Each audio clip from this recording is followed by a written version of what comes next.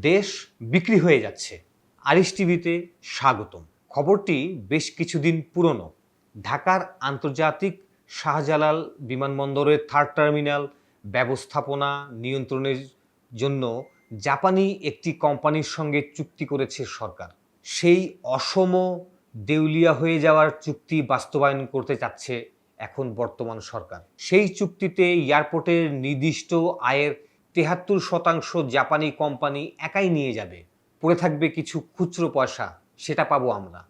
এই অসম চুক্তি বাস্তবায়ন হতে যাচ্ছে, অথচ আমরা সবাই ঘুমিয়ে আছি। আপনাদের মনে আছে কিনা অন্তর্বর্তীকালীন সময়ে চট্টগ্রাম বন্দরের অসম চুক্তি আমরা ঠিকই দিয়েছিলাম আন্দোলনের মাধ্যমে। সবাই তখন কথা বলেছিল, অন্তর্বর্তীকালীন সরকার সেই চুক্তি বাতিল করতে বাধ্য হয়েছিল। এখন সেই সচেতন ব্যক্তিরা কোথায়? সবাই ঘুমিয়ে আছেন। দেশ বিক্রি হয়ে যাচ্ছে, সবাই ঘুমিয়ে আছেন। জেগে উঠুন, এখনই সময় জেগে ওঠার।